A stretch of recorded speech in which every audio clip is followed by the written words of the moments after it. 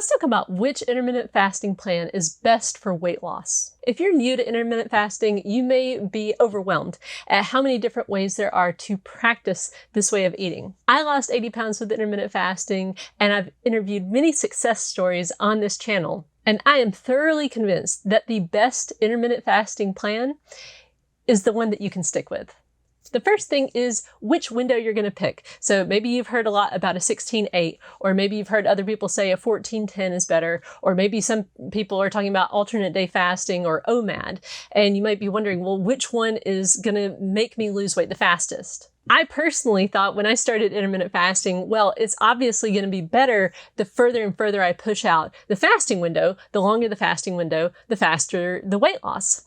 But I was wrong. What I found was whether I was doing a 14-10 or 16-8, or whether I was just doing OMAD, 1 meal a day, which is a 24-hour fast, I still lost about a pound a week on average. And in fact, a longer fasting window can have some distinct disadvantages. It may not fit very well in your day-to-day life. Another thing some people find with a longer fasting window is that when they finally do sit down to their meal, they're feeling so hungry that they eat too fast and they eat too much, and they end up even gaining weight, which is of course not a good thing. What those people find is that when they go back to a longer eating window, then they can eat the right amount and still lose weight.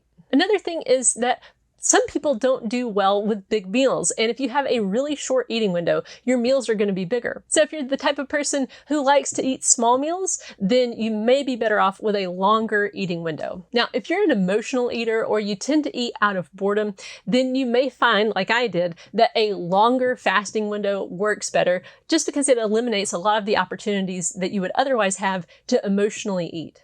So there are advantages to either way of doing this. The main thing is for you to think about what works best for you, what works best with your personality. The second thing you need to decide is, are you going to do clean fasting or dirty fasting? Now, I am a dirty faster. I personally have always allowed myself to have coffee with half and half in it whenever I want it during the fasting window. The reason I did this is because then fasting felt really easy to me, and I was looking to do intermittent fasting solely for weight loss. In other words, as long as the scale is doing what I want it to, then I feel like my intermittent fasting plan is a success. On the other hand, you may decide that clean fasting is something you want to try, and there are plenty of people out there who do that and have great success with it. Now, the rules kind of vary depending on who you talk to. Some people say black coffee is okay. Other people say water only. In the end, you decide what the rules are for you. The last part of this is to figure out what your eating plan is during the eating window. Now, I personally allow myself to eat all the food during the eating window.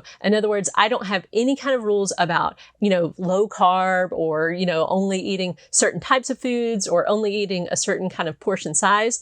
I just go based on my own hunger levels, and I eat whatever I'm in the mood for, which includes things like pasta and dessert and wine and chocolate. What I found was this also helped me to be consistent with my fasting window because I knew as soon as my eating window opened up, I could eat whatever I wanted. And consistent action over time is what will get you to your weight loss goals. I've been practicing intermittent fasting for about 8 years now, and I have found that it is a sustainable way to both lose the weight and keep it off. So when you're figuring out which plan is going to work best for you, I would encourage you to take a look at what your life looks like right now and figure out how intermittent fasting can fit into it, rather than thinking about, how can I fit my life into this intermittent fasting plan? And once you find what works for you, then just ignore what everybody else is doing, because you're the one that has to implement this plan and work it every single day.